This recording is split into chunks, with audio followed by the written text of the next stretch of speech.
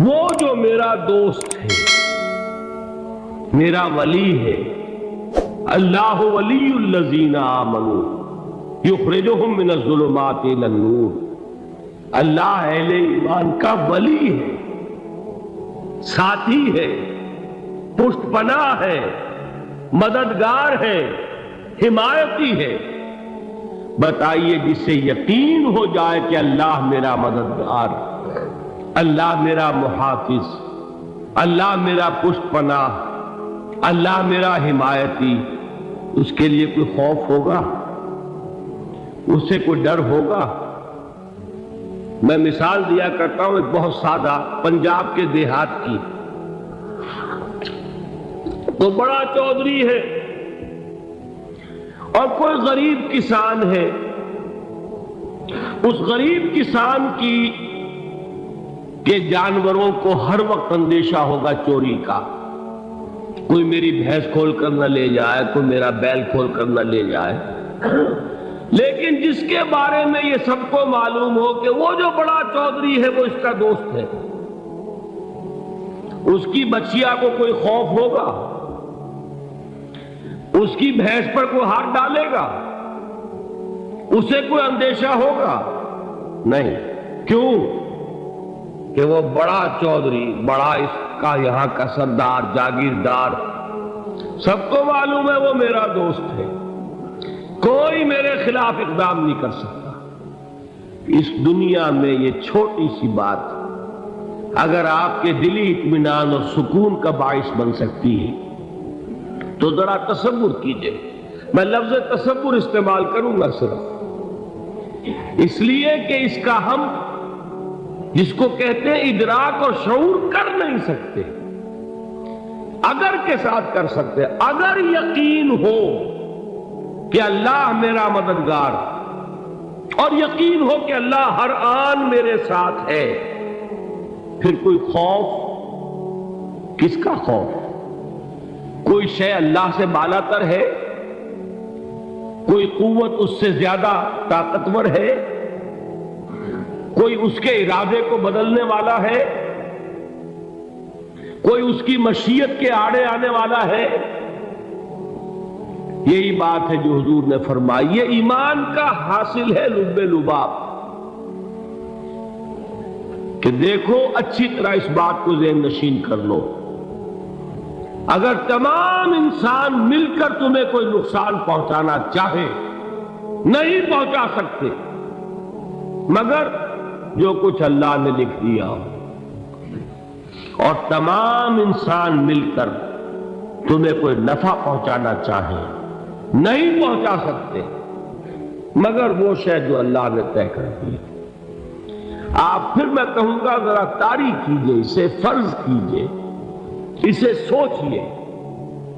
اگر اس حدیث پر ہمارا دل ٹھکا ہوا ہو تو کسی سے ڈر ہوگا؟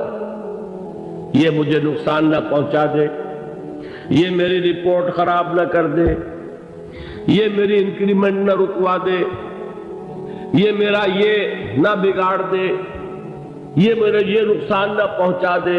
اس کا ڈر، اس کا ڈر، اس کا خوف، اس کی خوشامد، اس کے لیے جا کر طرح طرح سے اپنی عزت نفس کو ذلیل کروانا اس کے سامنے، یہ سب کچھ کیوں کرتا ہے انسان؟ جب سمجھتا ہے کہ اس کے ہاتھ میں میرا کوئی نفع ہے، اس کے ہاتھ میں میرے لیے کوئی ضرر ہے، یہ مجھے کوئی غضب پہنچا سکتا ہے، یہ مجھے کوئی نقصان پہنچا سکتا ہے، یہ میرے کوئی کام بنا سکتا ہے، یہ میری کوئی ضرورت پوری کر سکتا ہے، اسی کا نام شرک ہے۔ جہاں آپ نے یہ سمجھا کہ غیر اللہ کے اندر کوئی طاقت موجود ہے، وہی شرک ہے۔ بتوں سے تجھ کو امیدیں، خدا سے نو امیدی، مجھے بتا تو صحیح اور کافری کیا ہے؟ شرک تو یہ ہے۔ جس پر بھی تمہیں یہ خیال ہے، کلمہ ہے یہ کلمہ سوم، لا حول ولا قوت الا باللہ، ذرا اس پر دل کو کبھی اگر آپ تصور کریں، پھر فرض کریں، دل ٹھک جائے اس پر، کوئی طاقت نہیں۔ یہی بات تھی جو شیخ عبد القادر جیلانی رحمۃ اللہ علیہ نے اپنی وصیت میں اپنے بچے سے کہی. 11ویں دینے والے ہیں، لیکن حضرت شیخ عبد القادر جیلانی کی وصیت اور تعلیمات کو کتنے لوگ ہیں کہ جانتے ہو؟ یہ جن مقامات تک پہنچے ہیں وہ کس چیز کی بدولت پہنچے؟ انہوں نے جو پیغام دیا وہ کیا تھا؟ اے میرے بچے، جس طریقے سے قرآن مجید میں حضرت لقمان کی نصیحتیں جو ہے نقل کر دی گئی ہیں، میں یہ عرض کروں گا بالفرض اگر قرآن حضرت عبد القادر جیلانی کے بعد نازل ہوا ہوتا تو شیخ عبد القادر کی یہ نصیحتیں بھی قرآن میں درج ہوتی. اتنی اونچی نصیحتیں ہیں. اے میرے بچے، اس حقیقت کو ذہن نشین کر لے، لا فاعل فی الحقیقت ولا مؤثر الا اللہ. اس کائنات میں نہ کوئی فاعل حقیقی ہے نہ مؤثر حقیقی ہے سوائے اللہ. کسی شے میں کوئی تاثیر نہیں اگر اللہ نہ چاہے.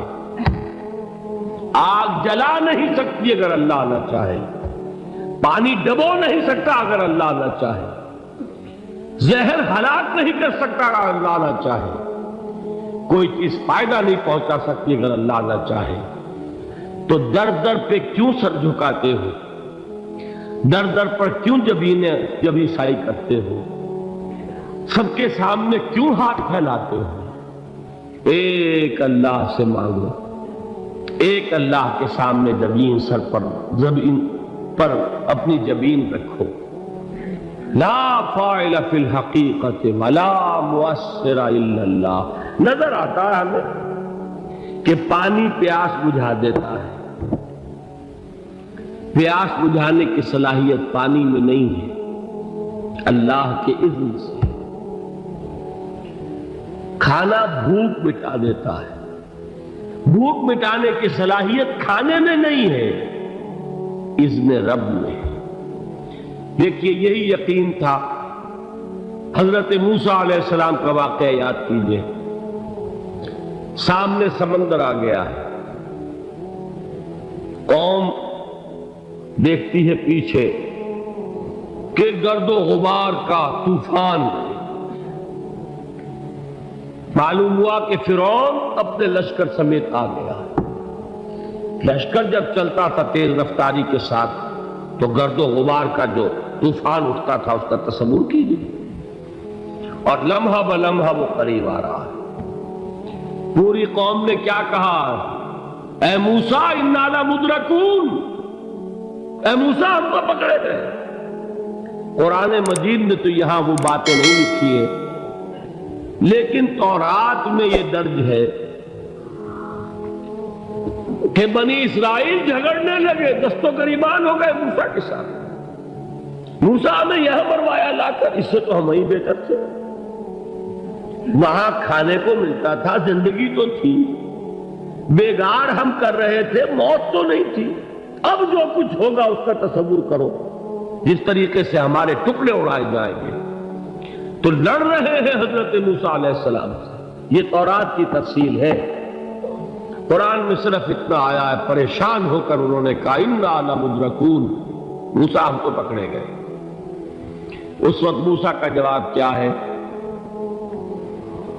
کلا ان معی ربی سیہدین. نہیں، میرے ساتھ میرا رب ہے، وہ راستہ دے گا.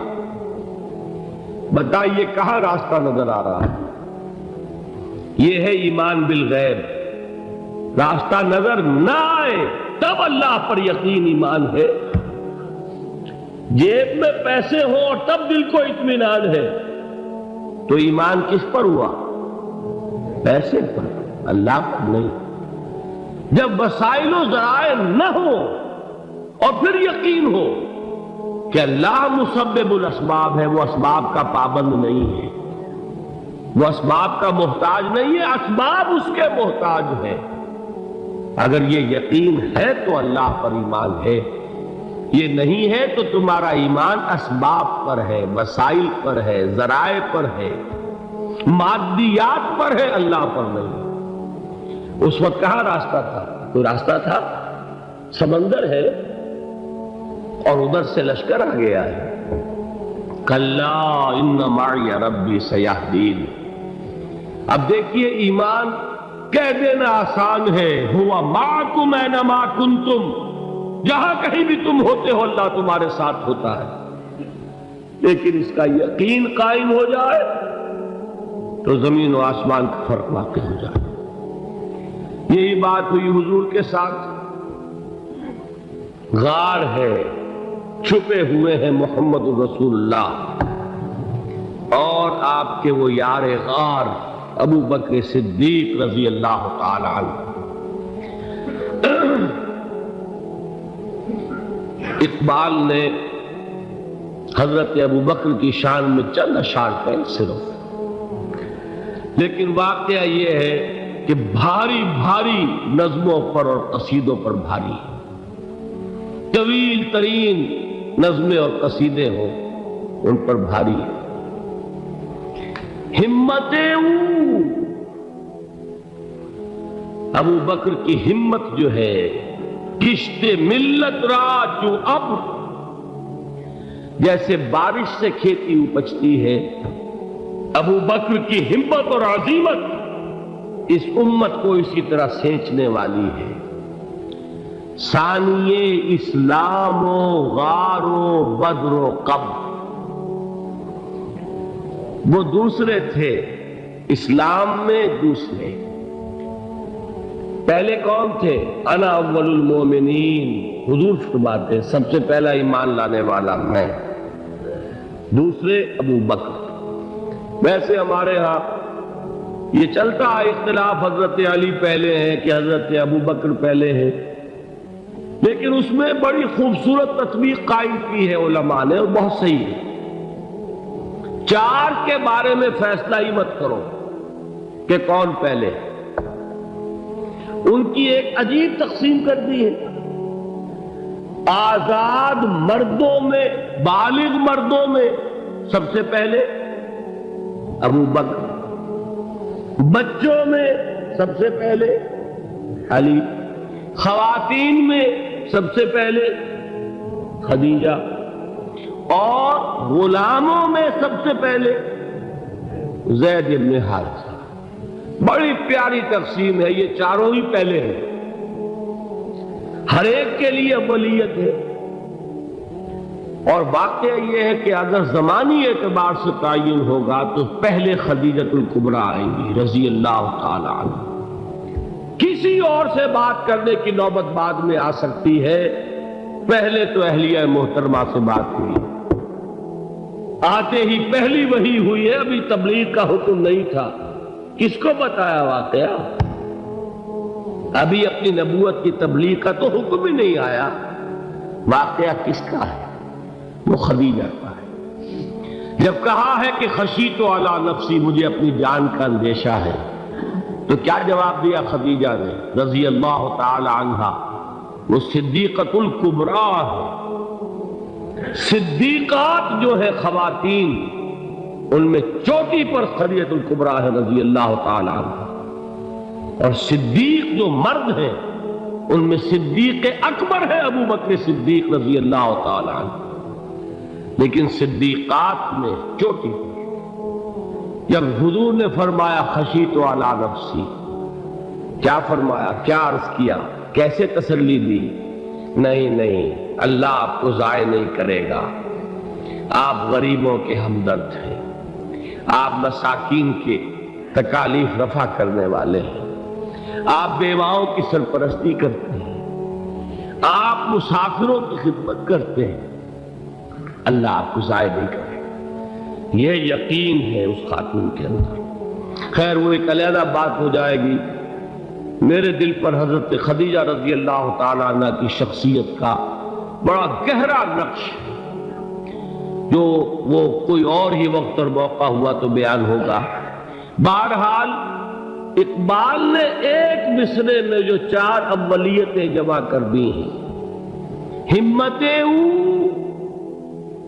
کشت امت را چو ابر، ثانی اسلام و غار و بدر و قبر. اسلام میں حضور کے بعد پہلے کون؟ ابو بکر۔ غار میں حضور کے ساتھ کون؟ ابو بکر۔ بدر کی رات اللہ کا رسول سر بسجود وہ جھاڑ وہ گھاس پھوس کی جو جھوپڑی بنائی گئی تھی اور وہاں تلوار ننگی لے کر پہرا دینے والا کون؟ ابو بکر۔ اور اس حجرہ عائشہ میں محمد کے بعد سب سے پہلے دفن ہونے والا کون؟ ابو بکر رضی اللہ تعالی عنہ صلی اللہ علیہ وسلم۔ وہ جو معاملہ میں سنا رہا تھا غار ثور کا، حضرت ابو بکر بھی حضور کے خیال سے لرز گئے ہیں۔ آپ کو یاد ہوگا کہ جا کر پہلے تمام جتنے سوراخ تھے انہیں بند کیا ہے۔ ایک سوراخ رہ گیا تھا جس کو بند کرنے کے لیے کوئی کپڑا نہیں تھا، وہاں اپنی ایڑی رکھی ہے، تب کہا ہے حضور سے تشریف لائیے، اور اپنے زانو پر حضور کو لٹایا ہے، اور وہاں کسی موذی جانور نے کاٹا ہے، حضور کی آنکھ لگ گئی تھی۔ اس وقت اس بل کے اندر جو بھی بچھو ہے کیا ہے واللہ عالم، اس نے کاٹا ہے۔ اس کی تکلیف کی وجہ سے ابو بکر کی آنکھوں سے آنسو ٹپک گئے، حضور کے چہرے مبارک پر پڑے ہیں تو حضور جاگے ہیں، معاملہ کیا ہے؟ ایڑی نہیں ہٹائی وہاں سے، مبادا وہ جانور وہاں سے نکل کر محمد الرسول اللہ کو کوئی گردن پہنچا دے۔ ابو بکر کی ایڑی ہے، جس طرح چاہے کھا لے، ختم کر دے، جان نکل جائے تب کوئی آنچ آئے محمد پر تو آئے، لیکن جیتے جی نہیں۔ وہ ہے ابو بکر حضور کے خیال سے۔ اس وقت حضور نے پھر اپنا لعاب دہن لگایا ہے اور اس سے پھر آپ کی تکلیف ختم ہوئی۔ جیسے خیبر میں حضرت علی کی آنکھ دکھ رہی تھی، اس کو جو شفا حاصل ہوئی ہے وہ بھی حضور کے لعاب دہن سے ہوئی۔